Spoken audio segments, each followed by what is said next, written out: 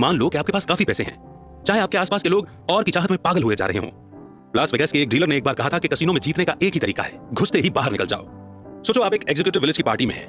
आप और आपके दोस्त डिस्कस कर रहे हैं कि कौन सबसे अमीर है, किसके पास सबसे बड़ा घर है और कौन सबसे ज्यादा फेमस है और किसे लोग सबसे ज्यादा पसंद करते हैं। लेकिन आप देखेंगे कि विनर कोई भी एक नहीं होगा। जीतेगा वही जो अपने आप से सेटिस्फाइड है, जो एक छोटे से घर में प्यार करने वाली फैमिली के साथ एक हंसी खुशी की एक खुशहाल जिंदगी जी रहा है। लेसन नंबर 3, कुछ चीजें पैसे, फेम और पावर से बढ़कर होती हैं, चाहे आपके पास एक कितना ही ज्यादा क्यों ना हो। ये बातें रजत गुप्ता ने जेल से छूटने के बाद द न्यूयॉर्क टाइम्स के अपने इंटरव्यू में कही थी। उनसे जब पूछा गया कि उन्होंने इस घटना से क्या सीखा, तो वो ये बोले कि किसी भी चीज से ज्यादा अटैचमेंट मत रखो, चाहे वो आपकी रेपुटेशन हो या आपकी अचीवमेंट हो। ये चीजें कोई मैटर नहीं करती। इस हादसे ने मेरी पूरी रेपुटेशन बर्बाद करके रख दी है, लेकिन मैंने अब सीख लिया है कि मुझे इससे भी बहुत ज्यादा अटैचमेंट नहीं रखनी है। रजत गुप्ता खुद को बचाना चाहते थे, वो अपने किए की सफाई दे रहे थे, वो खुद को ही तसल्ली दे रहे थे कि उनकी रेपुटेशन अब उनके लिए और मायने नहीं रखती। लेकिन उनका कहना गलत था। रेपुटेशन बेशकीमती है, फ्रीडम बेशकीमती है, परिवार और दोस्त भी बेशकीमती हैं, लोगों को प्यार करना और बदले में उनका प्यार पाना भी बेशकीमती है, खुशियां बेशकीमती हैं। लेकिन ये सब पाने का एक ही तरीका है, आप अपनी हद समझें। आपको याद रहे कि कब रिस्क लेने हैं और कब इनफ का मतलब इनफ है। और इस इंपॉर्टेंट लर्निंग को सीखने के बाद बढ़ते हैं नेक्स्ट चैप्टर की ओर, कंपाउंडिंग। कंपाउंडिंग एक फील्ड से सीखी हुई बातें हमें दूसरी फील्ड में काम आती हैं। क्या आपको पता है कि बहुत पहले आइस एज क्यों आया था? ये कुछ उसी तरह है जैसे इन्वेस्टमेंट में कंपाउंडिंग आपके पैसे पर ग्रो करती है। 19वीं सेंचुरी में जाकर साइंटिस्ट इस बात पर अग्री हुए थे कि धरती में कभी आइस एज आया था। इसका सबूत इतने करीब था कि आसानी से नजरअंदाज कर लिया जाता था। धरती में सिर्फ एक ही आइस एज नहीं आया, बल्कि हमारी पृथ्वी ने 5 आइस एज देखे हैं, जिनकी डेट का हम आज एक्यूरेट अंदाजा लगा सकते हैं। क्या आप सोच सकते हैं कि पूरी दुनिया को बर्फ से कवर करने, बर्फ पिघलने और फिर बर्फ से ढकने पर कितनी एनर्जी की जरूरत पड़ेगी? तो ये घटना 5 बार हो चुकी है, लेकिन आइस एज आया ही क्यों? आइस एज के पीछे की वजह क्या है? इसके बारे में बहुत सी थ्योरीज हैं। एक थ्योरी के हिसाब से माउंटेन रेंज में हलचल होने की वजह से क्लाइमेट में चेंज आया। एक दूसरी थ्योरी कहती है कि आइस धरती का नेचुरल वातावरण है जिसमें ज्वालामुखी फटने से बदलाव आया है। हालांकि ये थ्योरी सिर्फ एक आइस एज को एक्सप्लेन करती है, न कि 5 को। 1900 की शुरुआत में एक सर्बियन साइंटिस्ट मिलुतिन मिलानकोविक ने सोलर सिस्टम में धरती की पोजीशन को स्टडी किया और वो इस नतीजे पर पहुंचा कि सूर्य और चंद्रमा की ग्रेविटेशनल ताकत का प्रभाव पृथ्वी की धुरी पर पड़ता है। मिलानकोविक ने कहा कि कई बार ऐसा भी होता है कि पृथ्वी अपनी धुरी पर कुछ ज्यादा ही झुक जाती है, जिससे इसे नॉर्मल से ज्यादा सोलर रेडिएशन मिलता है। पृथ्वी के हेमिस्फीयर में आने वाले बदलाव के चलते बहुत ज्यादा ठंड हो गई, जिससे पूरी पृथ्वी बर्फ की मोटी चादर से ढक गई थी। व्लादिमीर कोपेन, जो कि एक रशियन मीटेरोलॉजिस्ट हैं, उन्होंने इस थ्योरी में एक कंडीशन जोड़ी है। उन्होंने कहा कि एबनॉर्मल टिल्ट की वजह से धरती पर गर्मियों के मौसम में भी ठंड बढ़ गई थी। ये उस तरह की गर्मी थी जिसमें इतनी गर्मी नहीं होती कि पूरी बर्फ को पिघला सके। गर्मियों के बाद भी धरती के कुछ हिस्से बर्फ से ढके रहे, जिससे बर्फ को आने वाली सर्दियों में भी टिके रहने में आसानी हुई। साल दर साल इसी तरह बर्फ के ऊपर बर्फ की परतें जमा होती रही, जब तक कि पूरी पृथ्वी बर्फ से ढक नहीं गई और इस तरह आइस एज आया। समझा आपने? कंपाउंडिंग का कॉन्सेप्ट भी कुछ ऐसा ही है। मान लो आपने अपनी एनुअल सैलरी का 10% इंडेक्स फंड में जमा करना शुरू किया और आपकी एनुअल इंटरेस्ट रेट 10% है, तो अगले साल आपके पास आपकी सैलरी का 10% इंटरेस्ट रेट के साथ होगा। फिर आप 2022 तक अपनी सैलरी का 10% जमा करते गए। हर साल आप 10% जोड़ रहे हैं और हर साल आपका 10% इंटरेस्ट रेट भी ग्रो कर रहा है। अगर आप इस पैसे को अगले 10 साल तक नहीं निकालते हैं तो आप मिलियनियर बन जाएंगे। आइस एज भी धीरे धीरे बर्फ के जमा होने से आया। कंपाउंडिंग ऑफ इंटरेस्ट का मतलब भी यही है, धीरे धीरे पैसा जमा होना। क्या आपको पता है कि वॉरेन बफेट सिर्फ 10 साल की उम्र से ही इन्वेस्ट करते आ रहे थे? उन्होंने कभी भी अपने इंटरेस्ट का पैसा नहीं निकाला। उन्होंने कई सालों तक ये पैसा जमा होने दिया और जब वो 89 के हुए तो उनके पास $84.5 बिलियन था। ये उनके डिसिप्लिन और 8 दशकों के कंपाउंडिंग का नतीजा था। अगर आप कैलकुलेट करें तो वॉरेन बफेट ने अपने 50वें जन्मदिन के बाद ही 84.5 बिलियन कमाया। ये सब कंपाउंडिंग के पावर का कमाल है। इस इक्वेशन के बारे में सोचिए, 8 + 8 + 8 + 8 + 8 + 8 + 8 + 8 + 8 = 72।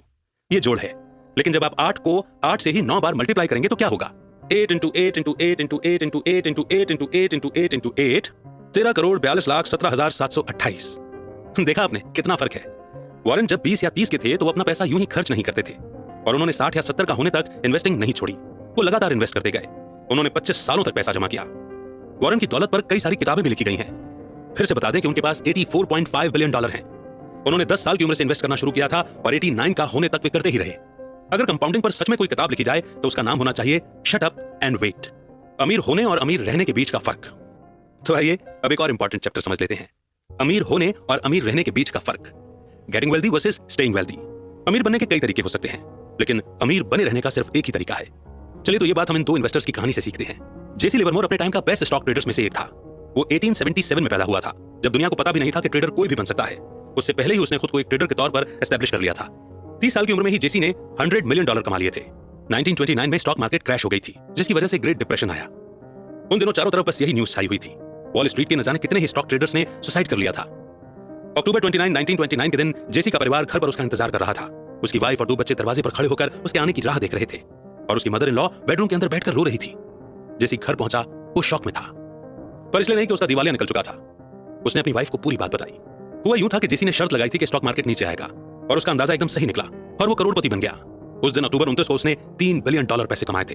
जब हर कोई ये शर्त लगा रहा था कि स्टॉक के रेट ऊपर जाएंगे, तो उस वक्त जेसी ने भविष्यवाणी कर दी थी कि स्टॉक मार्केट नीचे गिरेगा। बस फिर क्या था, वो शर्त जीत गया और रातों रात बिलियनियर बन गया था। पर अब्राहम जर्मांस्की के साथ कुछ अलग किस्सा हुआ। अब्राहम एक अमीर रियल एस्टेट डेवलपर था। 1920 यानी कि 1920 के दौरान वो मिलियनियर बन चुका था। बाकी ट्रेडर्स की तरह अब्राहम ने भी काफी बड़ी शर्त लगाई थी कि स्टॉक मार्केट ऊपर चढ़ता रहेगा। स्टॉक मार्केट क्रैश के कुछ ही दिनों बाद अब्राहम गायब हो गया था। दरअसल उसने सुसाइड कर लिया था। अब फिर से जेसी लिवरमोर पर आते हैं और उसकी स्टोरी पूरी करते हैं। 1929 के क्रैश के बाद जेसी ओवर कॉन्फिडेंट और अनस्टॉपेबल हो गया। वो एक के बाद एक बड़ी बड़ी शर्तें लगाता चला गया और जीतता गया। जेसी को यूं लगा कि जैसे वो हमेशा ही जीतता रहेगा। लेकिन 1933 में उसने स्टॉक मार्केट में अपना सारा पैसा गंवा दिया। जेसी भी कुछ दिनों के बाद गायब हो गया और उसने खुद की जान ले ली। जो चीज अब्राहम के साथ हुई थी वही 4 साल बाद उसके साथ भी हुई। अब्राहम की तरह वो भी सुसाइड करने पर मजबूर हो गया था। तो यहां समझा आपने, दोनों आदमी अमीर तो बन गए थे पर अपनी अमीरी बरकरार नहीं रख सके। पैसा कमाना एक बात है पर उसे बनाए रखना अलग चीज है। पैसा कमाने के लिए आपको बाहर निकलना पड़ेगा, रिस्क लेने पड़ेंगे, आपको ऑप्टिमिस्टिक बनना होगा। लेकिन पैसे को बनाए रखने के लिए आपको हम्बल होना पड़ेगा। आपको ये बात याद रखनी होगी कि किसी भी वक्त, किसी भी सेकंड आपकी सारी दौलत छिन सकती है, क्योंकि जिंदगी ऐसी ही है। यहाँ कब क्या होगा ये कोई नहीं जानता। कभी आप एकदम टॉप पे आएंगे तो कभी एकदम बॉटम पर। पैसे को बनाए रखने के लिए आपको सोच समझकर पैसे का इस्तेमाल करना सीखना होगा। और ये भी एक फैक्ट है कि पैसा मेहनत से कमाया जाता है, पर इसे कमाने में किस्मत का भी बड़ा हाथ होता है। जिंदगी में हमेशा याद रखिए कि सक्सेस हमेशा रहने वाली चीज नहीं है। लाइफ में हार और नाकामयाबियां दोनों मिलेंगी।